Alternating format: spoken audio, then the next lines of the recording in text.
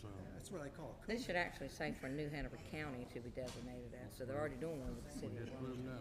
Where's Kim at? Hold on, let me ask Kim something. Where is he?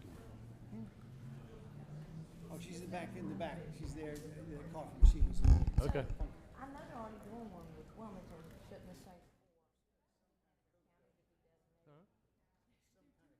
That was my Isaiah justification. People see you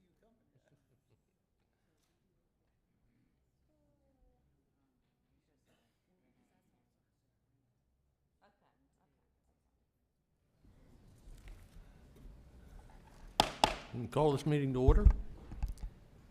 The invocation is going to be by David Haley of Wrightsville United Methodist Church.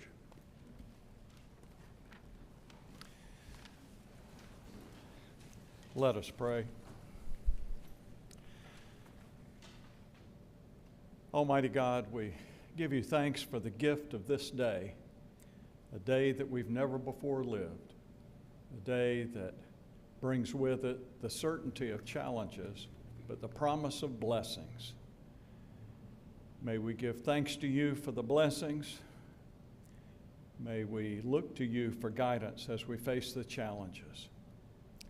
We thank you for the privilege and joy of living in this beautiful and historic area of our state.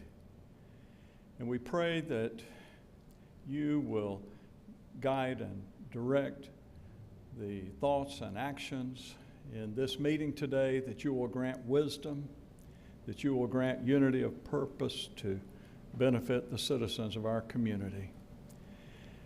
And we just pray that you will continue to bless our community. And these things we pray in your name. Amen. Amen. Please face the flag. I pledge allegiance to the flag of the United States of America and to the republic for which it stands, one nation, under God, indivisible, with liberty and justice for all. Okay, does anyone have anything they want to pull off the consent agenda? The one thing. Yeah, actually, is Eddie here? School, oh, he is. Eddie, oh, there you are. Sorry, you got it. Eddie, would you come up, please? Yeah.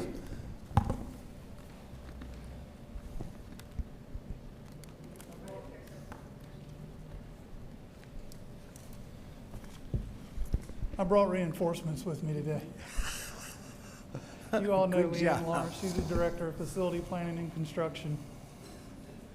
Eddie, I see this is the Title IX softball upgrades. Are these the same upgrades that we spoke about last week at the Allegiant Stadium Commission meeting? Yes, sir, it is. I see. And the total amount on this, again, is? The budget transfer is for $215,000. We're moving funding. Bids were received. We were slightly over on Hoggard, slightly under on Hanover. Yeah. We were able to award the contract. This will allow us to add the alternate for upgrades to the lighting. And, you know, in our packets there, we didn't get a full rundown of everything that was involved. Could you give us the highlights of what this will mean and where it's happening at? Leanne, you want to take that? Good afternoon. So the focus of this project will be the improvements at Godwin Field. Well, we have two projects where we're shifting funds from the Hoggard improvements. It's focused on the softball field. So we'll be making improvements at Hoggard to creating a press box, redoing the area around the softball where the stands are, adding some pitching, the bullpen, improving the circulation to that area. There's not an accessible route to the area. Yeah, the dugouts. Thank you. We're redoing the dugouts. So overall improvements to the softball facilities at Hoggard. At Godwin Field, which is city-owned property, We are addressing the concerns that were raised in the Title IX report, which will include, again, improving dugouts. We're adding a mobile unit that will be a changing facility for the home team. We'll be moving the dressing area out from underneath the existing stadium to this freestanding mobile unit. We're improving a portion of the site where we have the bullpen. So that, and then we're improving the scoreboard, running a new electrical feed to the scoreboard, replacing the scoreboard at Godwin, and then also replacing the lighting on the field. That's wonderful, and the improvements are well needed. I know that field, do you have a date when that field was built? I do not. I don't know that either. My guess I is- played there when I was 12 years old. Yeah, I was gonna say it's about 40 years old. Yeah. Yeah, it had to be, or more. So these are all improvements, all needed and all going to support our school system and our students within the school system as well. I know there was some conversation at the Legion Stadium Commission meeting about the bathrooms, and those were not a part of the Title IX instructions that we were given, or improvements. That's correct. But we may look at those at a later date once we get through this hoop. Is that correct? Yes, that's correct. I think the city is going to take the lead. Tara Duckworth and myself will work with Amy Beatty in developing a capital improvement plan to come back. I think she said October for the Legion Stadium Commission to consider. Another bit of good news while I have you both here too is that the bids for construction for the replacement of the Legion Stadium artificial turf came in substantially lower than what we had originally estimated, by almost $200,000 if I remember right. That's correct. That's great news for our community, and maybe we're seeing a little bit of the pressure on these increased costs for construction in our capital improvement projects. Perhaps maybe they have leveled off, and you know, I'll knock on wood here to say they're actually going to trend down a little bit. Thanks very much. Mr. Chair, I move approval of the consent agenda. Second. All in favor? Aye. Okay, number 3 is the consideration of resolution of support for the Wilmington Red Runners Club designation application. Commissioner Pierce. Yes, so I was contacted by one of the members of the Wilmington Roadrunners Association about writing a letter of support, which I did, and I thoroughly support, and I thought, I contacted the manager and we talked about having it as a resolution to designate New Hanover County as a runner-friendly county, and I hope my fellow commissioners would support that. It's just a wonderful thing. Do you want me to read that or have her present? You read it. I'll read it and then we'll let you do a presentation. Sure. New Hanover County Board of Commissioners, resolution for support of the Wilmington Roadrunners Club application for Wilmington, North Carolina to be designated as Roadrunner Club of America runner-friendly community. Whereas New Hanover County is home to the vibrant running community, notably supported by the Wilmington Roadrunners Club, which was founded in 1977 and remains one of the oldest continuous operating running clubs in North Carolina. And whereas the county is notable for its vast green spaces, including 3 beaches and 17 county parks, covering over 1,800 acres within 199 square miles, establishing as a community actively dedicated to promoting healthy living, setting it apart from other regions, and whereas the county collaborates with both public and private sectors to develop a safe, running-friendly environment, which is essential for that healthy lifestyle, and whereas the WRRC is a nonprofit member organization promoting healthier lifestyles through running and walking, and offers its members and the broader community opportunities for training, racing, socializing, and volunteering, and whereas the WRRC significantly enhances community health and fitness with impact initiatives, including scholarships that reinforce its commitment to the community engagement, and whereas the New Hanover County and the WRRC are supportive of the community being designated as Roadrunners Club of America runner-friendly community. Now therefore be it resolved by New Hanover County Board of Commissioners that the county recognizes the Wilmington Road Runners Club for advancing health and community spirit, endorses its application to have Wilmington designated as a RRCA runner-friendly community, and encourages community engagement in healthy activities to boost overall health and enhance the vibrance of the community. Adopted this May 6, 2024 by William E. Rivenbark, Chair. Yes, ma'am. Excellent. Thank you. Thank you so much. My name is Marie Connor, and I'm here on behalf of the Wilmington Roadrunners.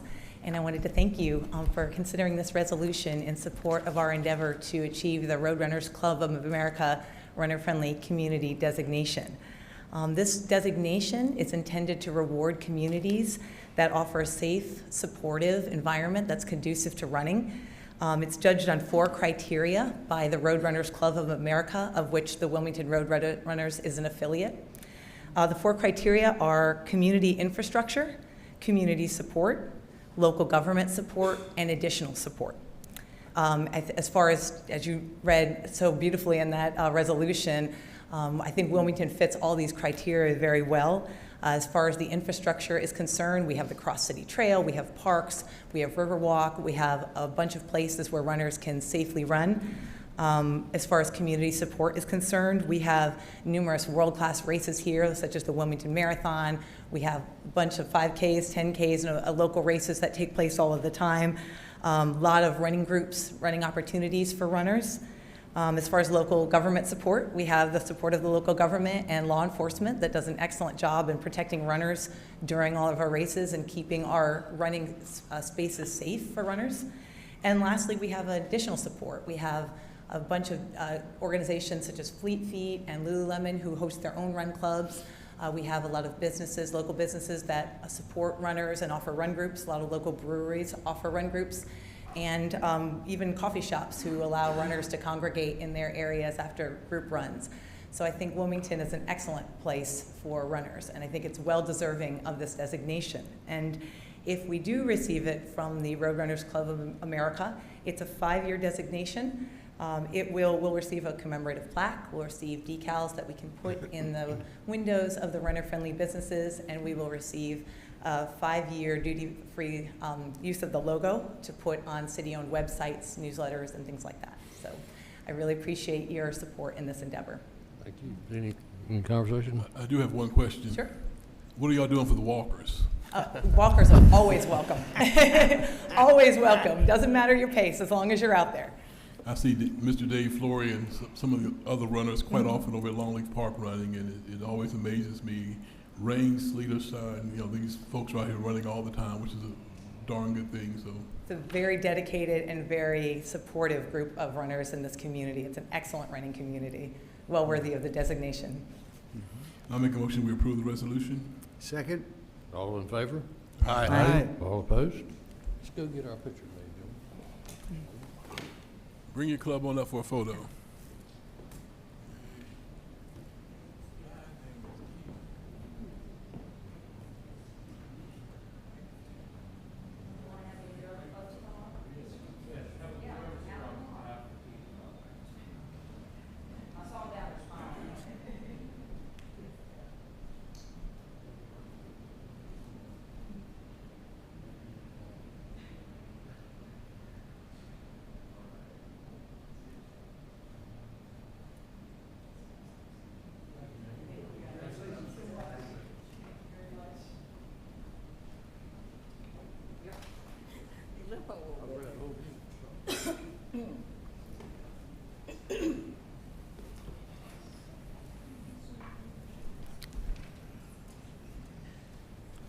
Next is consideration of Sexual Assault Awareness Month proclamation, and we have Alondra Ruiz to speak. Hi, this is actually Lauren Gish. I'm filling in for her. She's That's fine. You'll do over just in fine. Pender County. But yeah, thank you guys for allowing us to come speak today. We would like to retroactively proclaim April as Sexual Assault Awareness Month. I'm just going to read a little bit about what Sexual Assault Awareness Month is. So this month calls attention to the fact that sexual violence is widespread and impacts every person in every community. Sexual Assault Awareness Month aims to raise public awareness about sexual abuse, harassment, and assault, and educate communities about how to be involved in prevention. This year's SAM campaign theme, Building Connected Communities, calls on each of us to work together to prevent sexual abuse, harassment, and assault. We believe when anyone experiences sexual violence, every community member is affected. We must strive to build more connected, respectful, and inclusive communities to promote a collective well-being and protect against the risk of sexual violence. We believe all of our communities will be safer and stronger by making them more equitable for people of all gender identities, sexual orientations, races, ethnic backgrounds, ages, faiths, and abilities.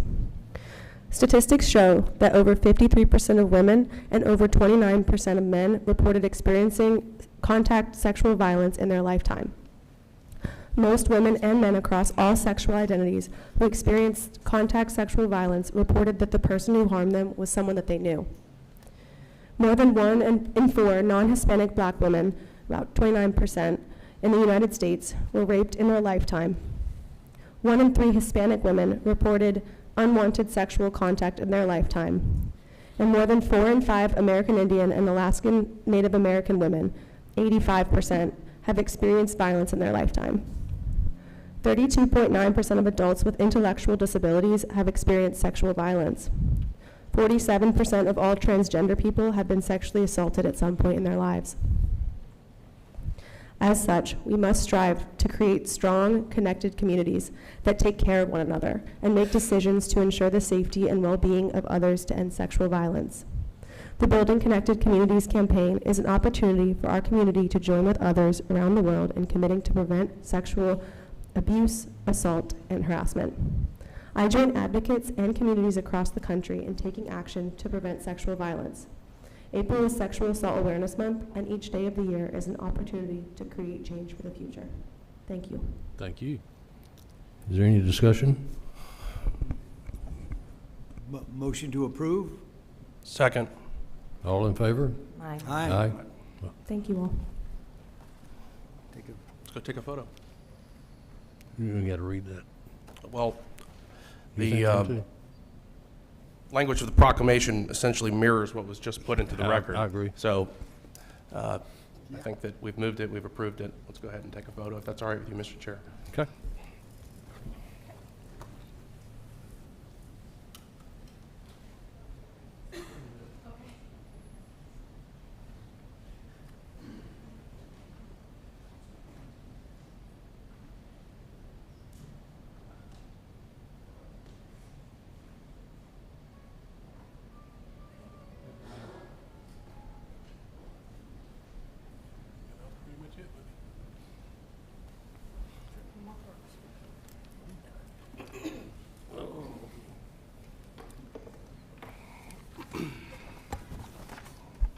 Next is consideration of Older Americans Month proclamation. Ms. Amber Smith. Yeah. She's going to present first. Sure. Go ahead, Amber. Yeah. Good to see you. Good afternoon. I want to also joining me today. We've got a couple of incredible team members from the Senior Resource Center, Mr. Andrew Zeldin and Ms. Rebecca Pierce, and also with us is Holly Pilson, who is the director for the Cape Fear Council of Governments Area Agency on Aging. Thank you for allowing us to come today, and most importantly for your support and your dedication to our community, but particularly for our older adults and our caregivers in New Hanover County. This year's Older Americans Month theme is called Powered by Connections, and it's not just a catchy phrase, but it embodies a profound truth about the human need for connection and also for support. It recognizes the impact of meaningful relationships, social connections, and accesses to resources on our health and our overall well-being. Your support enables organizations just like the Senior Resource Center and our network of partners to fulfill this vital role in fostering these connections. Through our efforts, the New Hanover County Senior Resource Center connects people to resources, but it also creates opportunities for engagement that empowers people to age with dignity, respect, and independence. As our aging population continues to grow in New Hanover County, The importance and the value of older adult programming and resources cannot be overstated. Again, I want to thank you for your leadership and your support that allows us to have a community where every individual, regardless of age, feels valued, connected, and empowered. Thank you, ma'am. Is there any discussion? Oh, I'd like to read the proclamation. That's all right, yeah. Older Americans Month Proclamation. Whereas May is designated as Older American Month, a time to acknowledge and celebrate the significant contributions of older adults in New Hanover County and their profound influence across all aspects of society. And whereas older adults enrich our younger generations with their extensive life experiences and wisdom, perpetuating valuable cultural and historical knowledge. And whereas older Americans enhance our communities through their diversity, wisdom, fostering of intergenerational relationships, community service, civic engagement, and numerous other activities. And whereas the well-being of our community is maximized when individuals of all ages, abilities, and backgrounds are empowered to participate and live independently. And whereas it is important for New Hanover County to support the necessary resources and support to ensure older Americans remain active and engaged in their communities, reflecting our dedication to inclusivity and connectedness. And whereas the theme for this year, Powered by Connection, highlights the critical role of meaningful social interactions in enhancing the health and well-being of older adults. And whereas we urge all residents to recognize the invaluable contributions of our older citizens and to advocate for and engage in programs and activities that promote connectivity, inclusion, and support for our senior population. And now, therefore, be it proclaimed by the Hanover County Board of Commissioners, that would be the New Hanover County Board of Commissioners, that May 2024 is hereby declared as Older Americans Month in New Hanover County, adopted this 6th day of May 2024 by William E. Rivenbark, Chair. Thank you. Any discussion? I make a motion to approve the resolution. Second. All in favor? Aye. All opposed? Gotta get a picture made.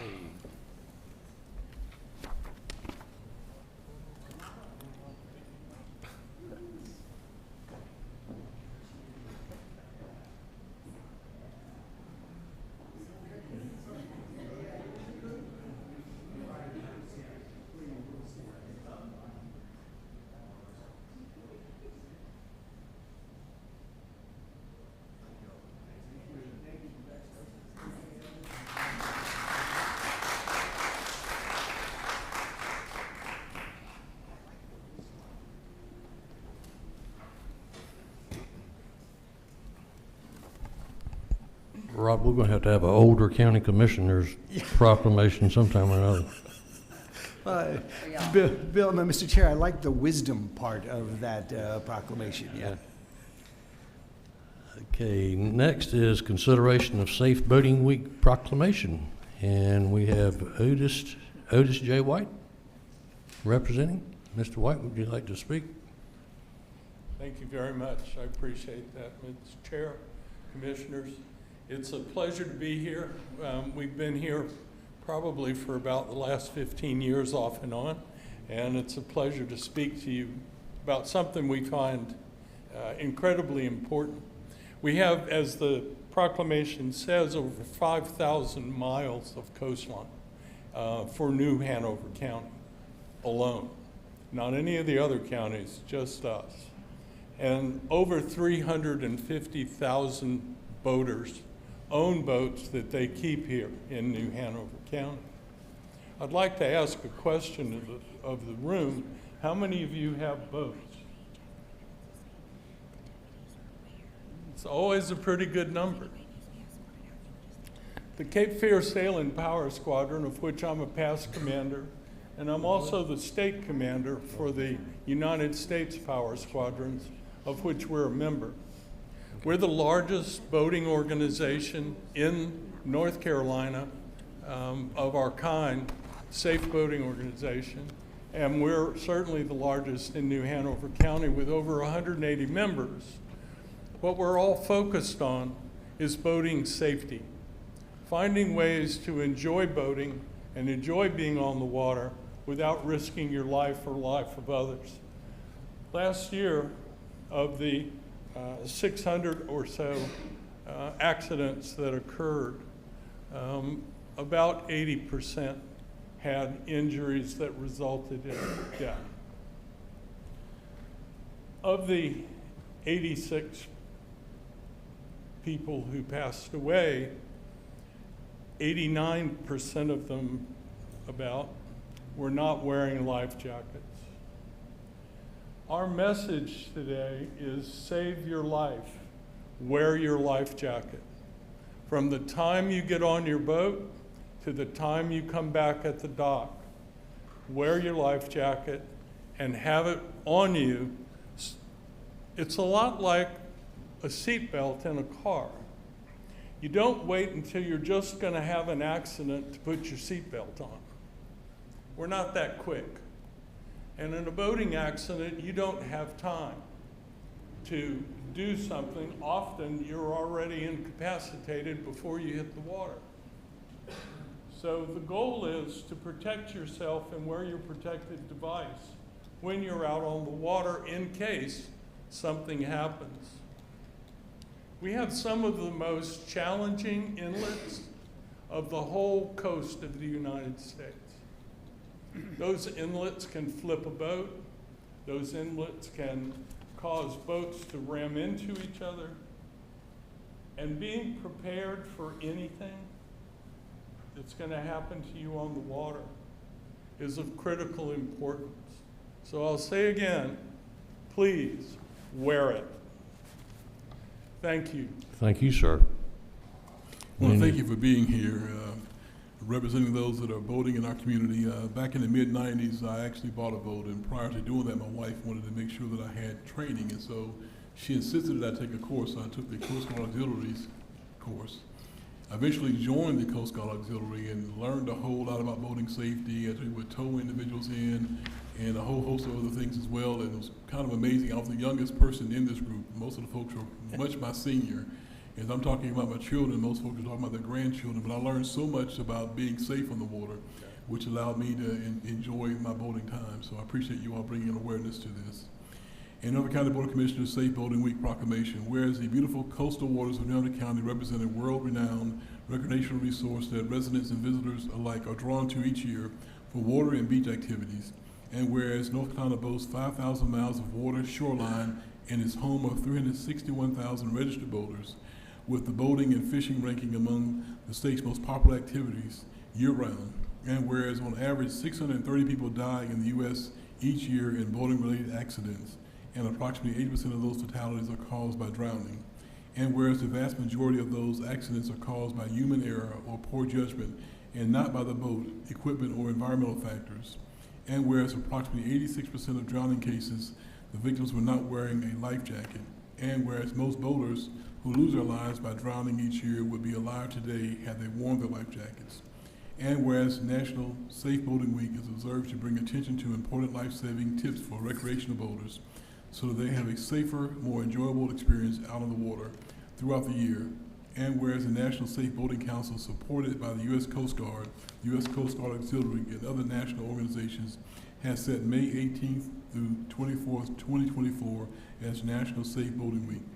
Now therefore be it proclaimed by the Norfolk County Board of Commissioners that May 18th through 24th, 2024 will be recognized as Safe Boating Week in Norfolk County, and urges all those who boat to practice safe boating habits and always wear your life jacket while boating, adopted the 6th day of May 2024. Mr. Chair, I move that we approve the proclamation as read. Second. All in favor? Aye. Aye. All opposed? Come on up, sir.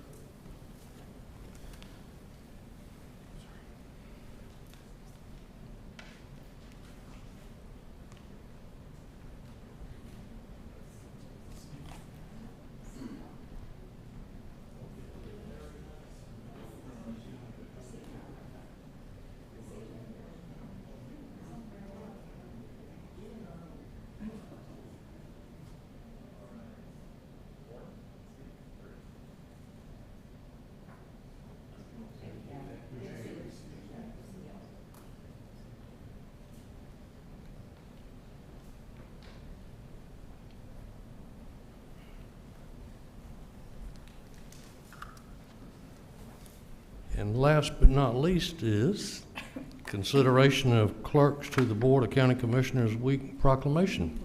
And presenting is Melissa Long. She is our deputy clerk, and also she is North Carolina Association of County Clerks to the Board of County Commissioners president. Welcome. Thank you, Commissioners. Hello, Madam President.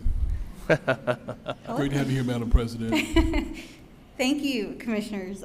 Thank you for your consideration of this proclamation this afternoon and for recognizing clerks all over North Carolina for everything that they do, not only for you in our service to you as Commissioners, but in their service to their communities. In 1969, the International Institute of Municipal Clerks instituted the first Municipal Clerks Week, so this is the 55th year of that. And the North Carolina Association of County Clerks wants to use this week to also highlight county clerks specifically in the work that they do. And I want to thank you personally on behalf of myself and Kim for allowing us to serve you every day and for allowing us to serve the citizens of New Hanover County. Thank you. Okay. Whereas the role of the clerk to the Board of County Commissioners is critical for maintaining an informed community and facilitating effective local governance through communication among citizens, governing bodies, and administrative departments. And whereas the position of clerk, one of the oldest in local government, continues to be essential as the official records keeper of the county and responsibilities that are deeply rooted in history. North Carolina General Statute 153A-111 requires every Board of County Commissioners to appoint or designate a clerk to the board to perform any duties that may be required by law or the Board of Commissioners, including but not limited to the preparation, filing, and protection of local government records, which are vital for accountability and transparency. Whereas clerks enhance their professional skills through active participation in the North Carolina Association of County Clerks to Boards of Commissioners, which in partnership with the University of North Carolina Chapel Hill School of Government and the International Institute of Municipal Clerks offers nationally recognized certification programs and continuous professional education. And whereas clerks, through their dedication to professional development, not only impose the efficacy of their offices, but also bring positive recognition to their counties by participating in advanced education and obtaining profession-related certifications. Now therefore be it proclaimed by the New Hanover County Board of Commissioners that May the 5th through May the 11th, 2024 will be recognized as Clerks to the Boards of County Commissioners Week in New Hanover County and extends its appreciation to clerks to the board Kimberly G. Kroll and Deputy Clerk to the Board Melissa Long, and to all county clerks for the vital services they perform and their exemplary dedication to the county they represent. Adopted this 6th day of May 2024 by William E. Ravenbart. And I just want to tell everybody that Melissa and Kim tell us when to be somewhere, what to have on, how long we got to stay, what we're going to say, and, you know, pretty much everything else around that. So thank y'all. Thank you, Kim. Mr. Chair, if I might, I just want to say, Melissa, I think I speak for all of us when I say we are so proud of you for being a leader in your profession and just stepping out and taking that lead and that charge. So very proud of you, and thank you. Thank you. Mr. Chairman? Yes, sir. You know, for Kim and for Melissa, they do more than just take minutes and record minutes. You know, in our office, the clerk and deputy clerk are like family. I referred Kim to her husband as a little bit of my mom, my sister, and my wife rolled into one. And for me, they're like sisters, just like family. You know, we spend a lot of time together. They know all the intimate details of our lives, as we have a very small office of 5 commissioners and 2 clerks. And, you know, for the past 15 years now, I've had the opportunity to work with Kim, and to me, it's really been great. And then to see Melissa come on to our team and then recognizing she's a president of the Association of County Clerks, lets us know we have top-notch individuals working in New Hanover County government for sure. But I want to thank y'all for being not just my family, but also my friends. Thank you. Mr. Chair? Yes, sir. Thank you. I'd just like to add my voice to the chorus of all of us up here who are so proud of you, Melissa and Kim. And to add to just the amount of work, I know many of you at home or in the audience just see these people, these clerks running around and often wondering, what do those people do? It's all the hard work that gets us here and then does all the follow-up work. We could not be effective, we could not be an effective commission without the work that you do.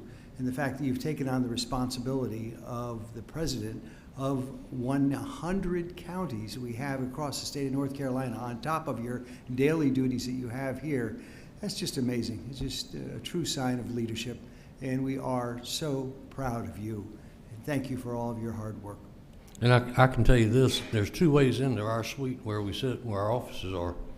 And sometimes if I'm in a hurry, I'll go in the other end and come in that way and not have to walk by their office because they'll have stuff for me to sign. And I swear I'll get to my office and one of them will say, "Hello, Commissioner Rivenbark." How in the world do you know I was here? But they do. They fix your tie for you. They fix your collar. They tell you if something's wrong. They do it all. So thank you. Thank you, Kim.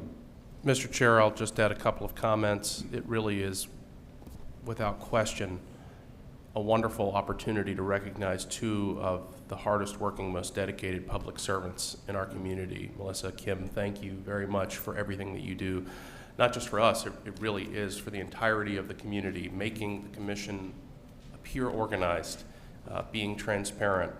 This is critical work. It would not be possible without you. And I want to shout out one particular task that's a very complicated one.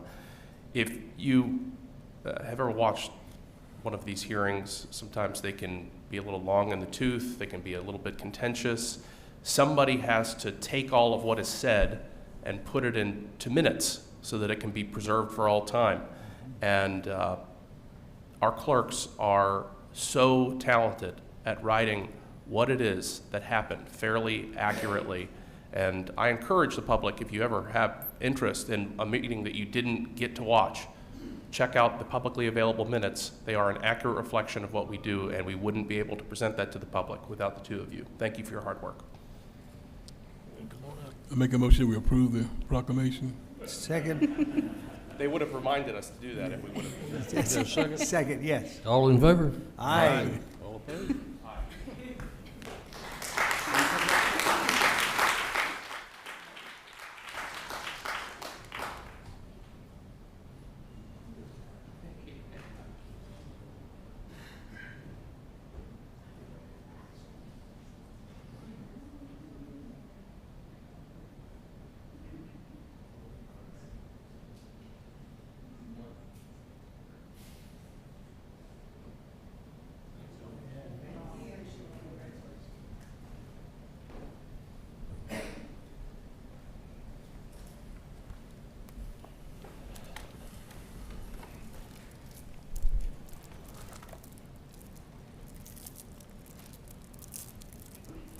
Okay, now we move on to public comments.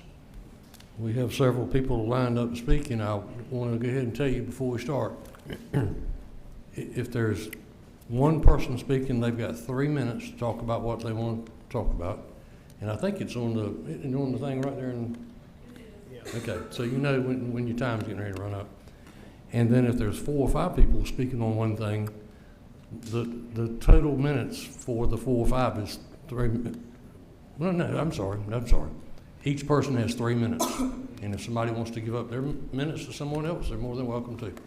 Okay? So first is going to be Matt Colligan.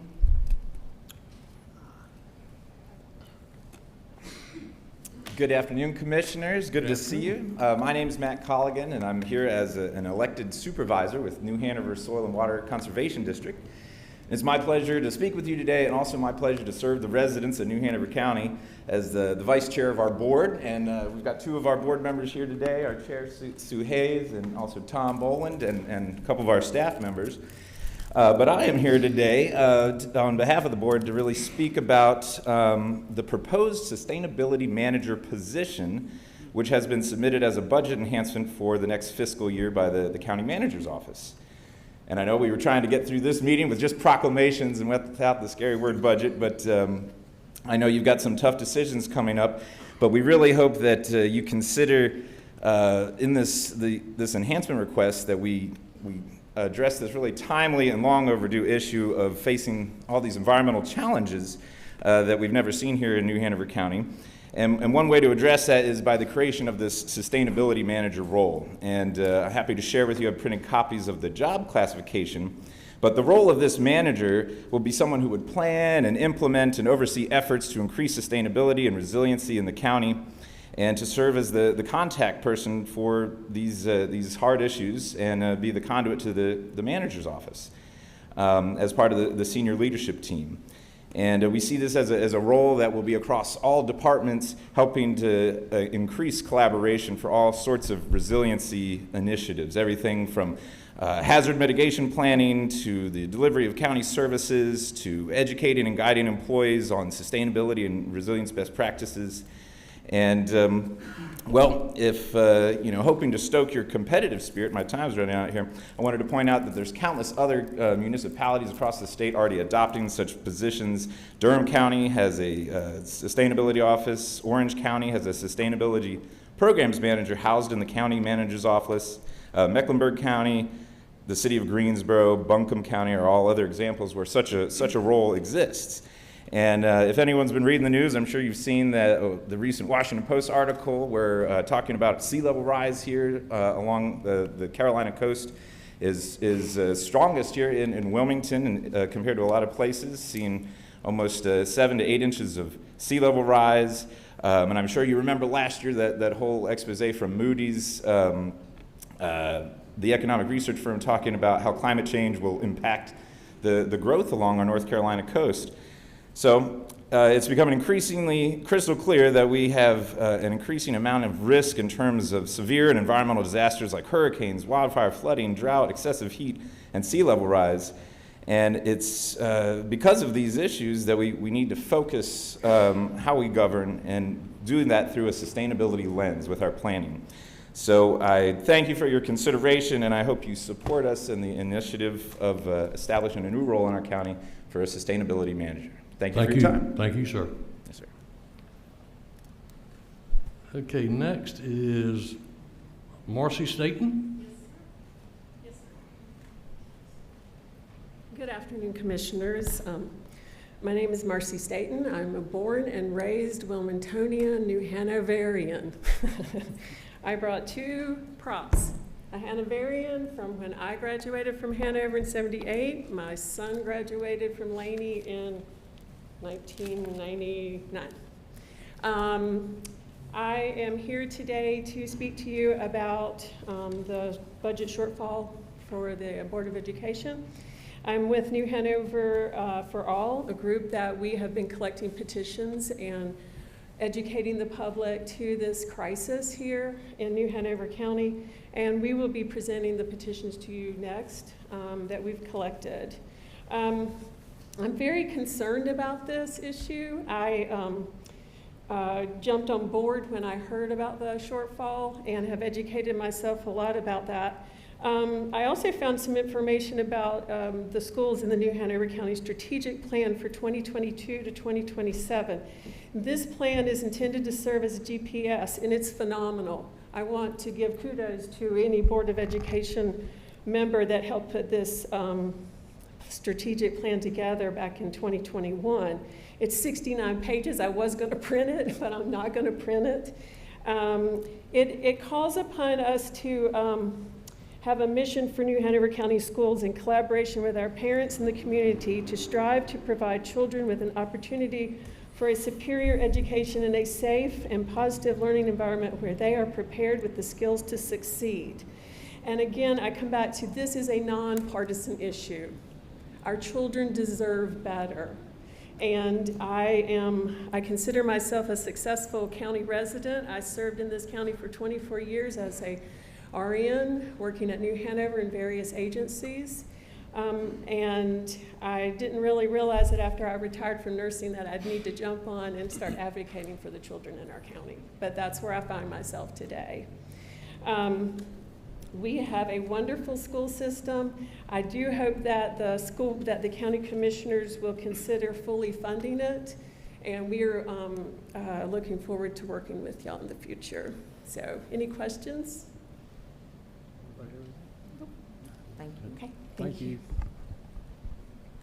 Next is Lisa Espy.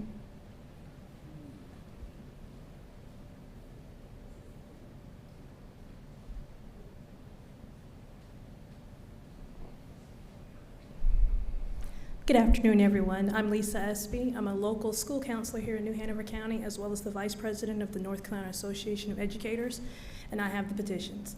I've had the great honor of working with several organizations here community-wise, and we've been going out and specifically speaking with people to give them insight on what's going on, because most people don't understand. They don't understand that in 2020, COVID hit, and it put a hurt on the entire nation. And we are still recovering from that. There were lots of kids who went through extreme depression because they were used to seeing their friends every day, and they ended up at home. I still have kids who come up to me today and talk about how we never got to do that Aladdin play. We didn't get to have our school social. We never had our graduation. They're still reeling the pain of things that they missed out on. Now, luckily, the federal government stepped up and provided us with the American Relief Act. That money hit every single school district across the nation. And North Carolina was given monies, especially New Hanover County, where we were able to use PPE to do repairs to schools and also help with learning loss. With those funds and the hirings that took place, we became 15th in the state. Out of 115 school districts, New Hanover County is number 15. In addition to that, several schools were able to raise themselves from failing grades out of failing into passing grades. My question is, we are aware that these loss of monies are a systematic problem and is not the county commission's fault. I also can't blame the school board. But how are we supposed to maintain our position of 15th in the state? How are we supposed to help students receive the extra tutoring and support that they need without these positions? Think about the fact that 279 eyes will no longer be looking at children to help keep them safe. We dealt with loss of staff last year, and now we're getting this devastating blow. Nurses, school counselors, social workers, exceptional children's teachers. I know it was said that that's not the case. It is the case. It's on the list. We have the data. Our concern is we want to work with everyone and anyone. What is the plan? It is not fair for you guys to be expected to pay millions of dollars every single year to deal with our shortfalls, but what do we do? Our petition is asking for a short-term fix. We would like at least $10 to $12 million to help make sure that we can save staffing for this school year. Long-term, more planning does need to take place, but what do we do for the 2024-2025 school year? Also, how do we make sure that our schools are running safe? I have custodians coming to me scared to death about this summer. Imagine the impact of what it takes to clean a building that's 5,000 to 8,000 square feet with 3 staff members. Because of our hiring freeze, if custodians or cafeteria workers have left, they're not replaced. So the people that are left behind are really worried about what their school year is going to look like next year. So we definitely need help. Please don't hesitate to reach out to school staff members to get the truth. Thank you for your time. Thank you, ma'am. Where can I leave the petitions? Right here with Kim.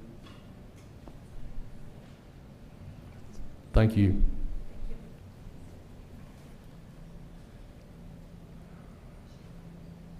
Let's see, Karen Bradstreet. Is there a Karen Bradstreet? Okay. And Jackie Delicio.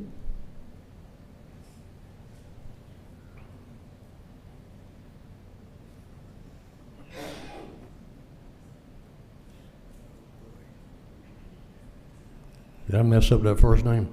No, you Okay. got it, Jackie. Yep, it is spelled kind of strange, so I get it. Good evening. I stand before you, a special education teacher with New Hanover County Schools. I'm also the president of the New Hanover County Association Educators and a member of New Hanover for All. So the school board wants to present you a budget that has the possibility to cut 279 student-facing positions. This pencil display, which is one of the many supplies that we are already out of in many schools, represents that number of cuts. So everyone is talking about the dollar amounts and the amount of staff positions, but we haven't really talked about the impact on the students. So I wanted to give you those numbers. By cutting these 279 positions, at least 25,000 New Hanover County school students will be affected. 3,995 academically gifted students will be affected by the cut of academically gifted teachers. 750 students who face housing insufficiency will be impacted. At least 3,200 special education students will be impacted by the cuts to special education. 1,800 students receiving NC Nourish support will also be impacted by these proposed cuts. So I mentioned that I'm a special education teacher, and I'm also a tired teacher, and today a very disheveled teacher. So I just wanted to point out that since my planning period is 7:20 to 7:40 each day, and my 10-minute midday break has now turned into more services for special education students, I am spending almost 7 straight hours without a break to go to the bathroom or eat a snack.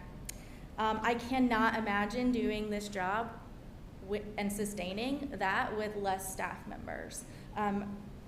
At our school in particular, within our special education department, our students are going from the support of 6 paraeducators this year to 3 next year. That's a significant impact. So I beg you not to think about numbers and dollars, but about the impact that these cuts will have to these kids. No school system budget should be passed with any student-facing cuts. Please stand with myself and the 476 community members and voters of our county that signed and presented that petition. Fund our schools with at least that $12 million to save these invaluable people in our children's lives. Thank you for your time and attention. Thank you, ma'am.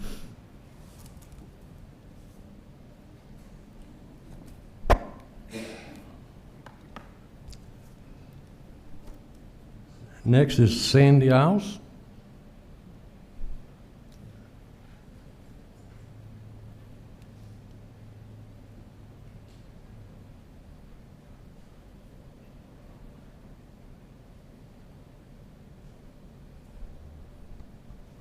Good afternoon.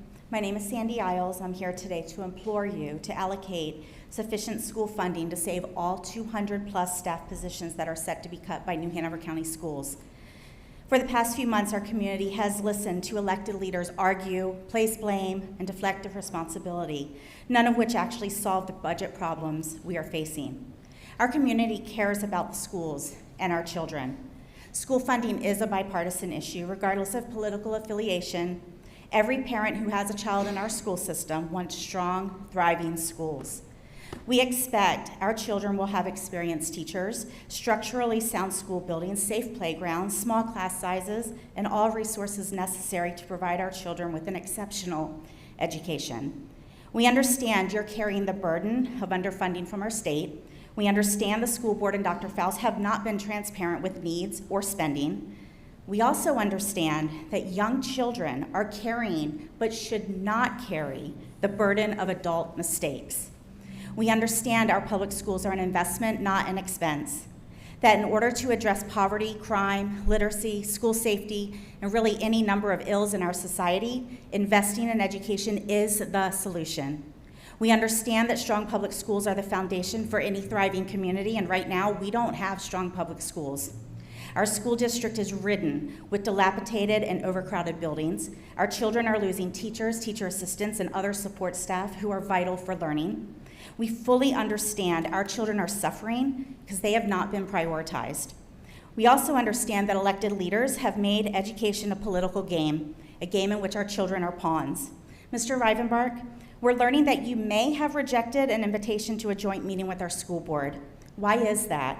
Why would anyone reject an opportunity to collaborate and problem solve to protect our children? Could it be that maybe you don't want to solve the problem, that this benefits you and your party to play these political games? I want to remind Mr. Rivenbark, Mr. Scalise, and Mr. Barfield that we will feel the consequences, good or bad, from the decisions that you make today regarding school funding. If our children lose teachers and support staff next year, we will be experiencing that when we go to vote in November. If you want to be reelected, it's probably best to do the will of the people you serve. The question right now is not, do we have the money? We do. No one batted an eye at giving the Sheriff's Department an additional $18 million, but we cry poor when asked for money for our schools. So we ask, how will you allocate our money? Will you use our taxpayer money for your values, or will you use our money for our values? Please invest in our schools, protect our children, save school staffing positions. Thank you. Next is Mamie Collins.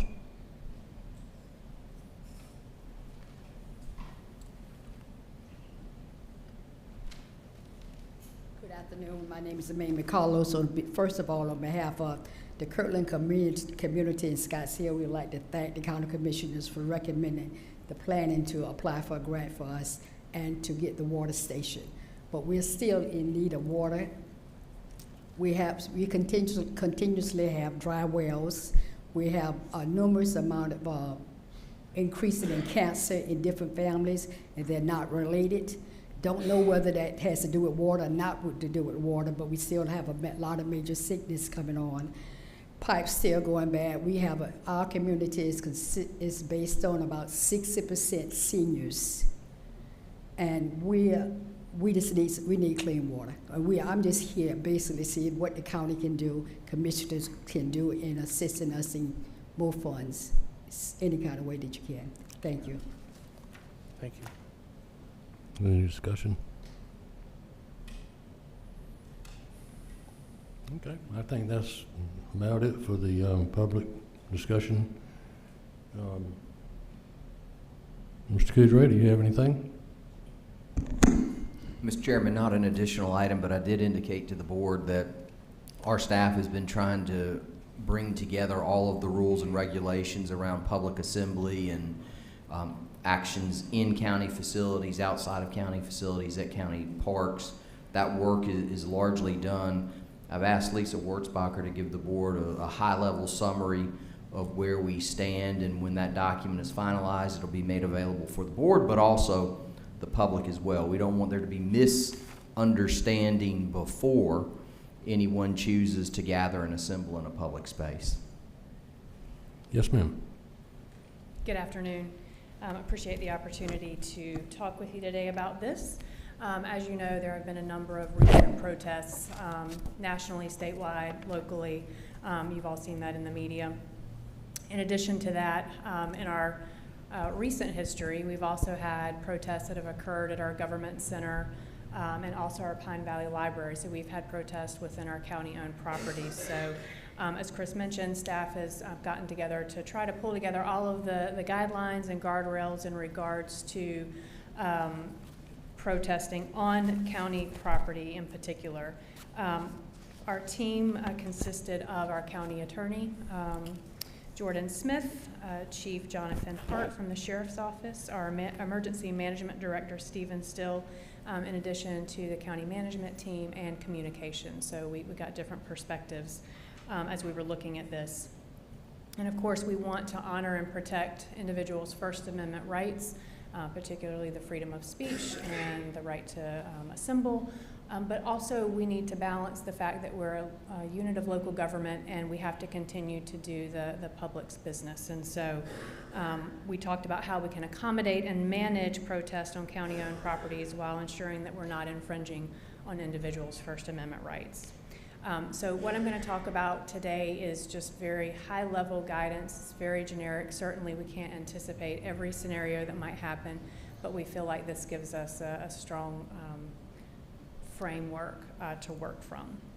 So before I start talking about the guidelines, I also just wanted to talk a little bit about the various uses of county facilities, because they all operate for different purposes, and that sort of dictates what's allowed on those properties. So for instance, we have facilities where an individual may be conducting a specific transaction. Maybe they're making a tax payment.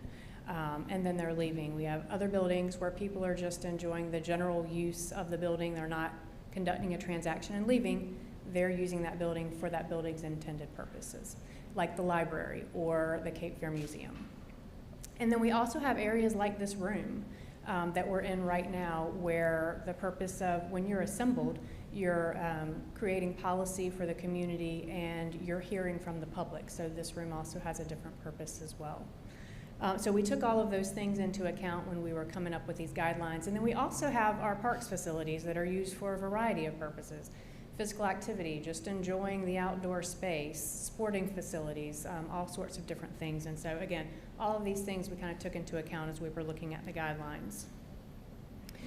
So overall guidance, particular to county buildings first, we have recommended that protests cannot disrupt county business or disrupt the intended purpose of the county building.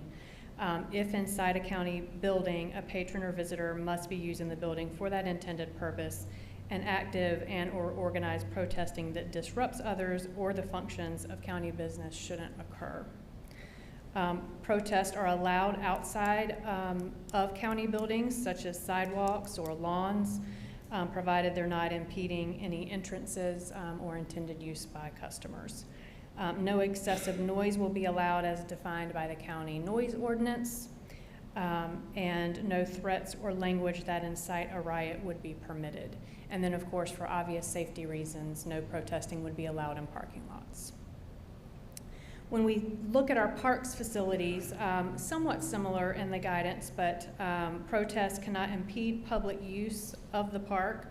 So that impeding public use would include blocking or utilizing courts or fields for protesting rather than their intended use, blocking roads, sidewalks, those sorts of things. Also, protesting in parking lots would be prohibited. Protests would only be allowed during the officially noted and posted park hours, so no activities could occur outside of normal park hours, including any overnight camping. Also, tents would be allowed on parks properties, but they can't impede the intended uses of the park area or interfere with pre-approved special events taking place. And of course, all tents would have to be removed from the county park after the park closes. Any protest that meets the definition of a special or major event by parks policy would have to abide by those rules, and no excessive noise as defined by the county ordinance or the parks and recreation ordinances as well. And then lastly, no protest or protester would be permitted to convey threats to individuals or other groups or use language to incite a riot. So those are the guidance in a nutshell. We are planning on putting all of those guidelines together in an administrative memo that our strategy office will help us to craft. There's no particular action we need from you today, but would certainly welcome any questions or thoughts that you have. Mr. Chair. Yes, sir. Lisa, thank you for that in getting ahead of the curve on this. My thoughts turn to our new Board of Elections building and coming forward, and I'm sure you have and the team have had some thoughts about that, and maybe you're not ready to kind of lay them out, but I think that's as we move forward into the election season here, an obvious place for either demonstrations or gatherings of people. You noted a couple times in your presentation about no gathering in parking lots, for instance, and I know that there is a parking lot adjacent to the new Board of Elections, but there's also the new public lawn in front of the county building as well. Maybe you're not ready to kind of flesh that out, but I'll look forward to the thinking of your entire staff and our county manager as to what that should look like, so that we can get it out to the public prior to early voting. Yes, sir. Well, as in the guidelines, we do note that areas outside of the county, not the parking lot, but so for instance, you mentioned the front lawn. I mean, that would be a space available for anyone who wants to protest. But so, I mean, the parking lot is just from a safety perspective is troublesome.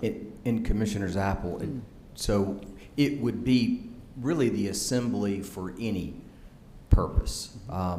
elections. Certainly there are rules around electioneering because that is going to be an early vote site about how close someone can be. And so whether it's to protest or to assemble for group purposes, the rules are going to be consistent and applied equally based upon the facility and what its intended use was. And so no one obviously could enter into an elections building or into the government center for the purposes of assembling or protesting, but there certainly is space outside of the facilities that it is intended to accommodate that. And then in the unique instances of electioneering rules, how close can certain messages be to the early vote site will have to be governed and administered by our staff. Thank you. Yes, sir. Mr. Chair, just a comment. You mentioned parks and different things. I know that, I actually don't know in the county what triggers an event that has to be permitted. I know within municipalities it triggers, certain things trigger event permits. How would that work in this case? So special events and major events are dictated by the number of people that attend. So I believe a special event is over 100, but less than 1,000 people in a major event would be something where over 1,000 people are expected. So something really large. So they would have to apply for an event permit? Yes. Yes. And Madam Vice Chair, that is specific to parks, Yes. not to county facilities in general. So if there were an interest of gathering at Longleaf Park, if it's an organized event that defines by that, there is a protocol that group must follow to assemble in numbers larger than what Lisa described. And so anytime that happens, there is an expectation that people will follow the rules as previously published. Anyone else? Mr. Chair, Lisa, thank you very much. Want to be clear to the public that we sincerely know and believe that the public has the right to freedom of speech. The public has the right to protest. The public has the right to assemble. The public has the right to disagree with the things that we may do at the County Commission. In no way is what we're talking about intended to stop the public from engaging in constitutionally protected behavior, correct? Absolutely. We're merely trying to be transparent about what is protected behavior and what is not protected behavior, so as to allow for there to be the operation of continued operation of government and to avoid things like violence. We don't want people to be hurt in connection with a protest, for instance. Yes, sir. Very well said. So we're really just trying to make clear to everyone so that there isn't a surprise about what constitutional rights are, what legal expectations are for all of us. But again, I just want to be clear, the public absolutely has the right to speak its mind, to disagree with the government, to protest against the government. But there are rules and regs about the right way to do that. I'm sure that people have been paying attention to some of the things that are happening across the nation, and there are times where it's correct and there are times when it is not correct, and I think we're just trying to make clear what the constitutional protections are and are not here in New Hanover County. Thank you. Commissioner Barfield? Do you have anything? Recess. Recess? No, adjournment, right? Yeah. Yeah, okay. You need to- I thought you said recess. Meeting adjourned.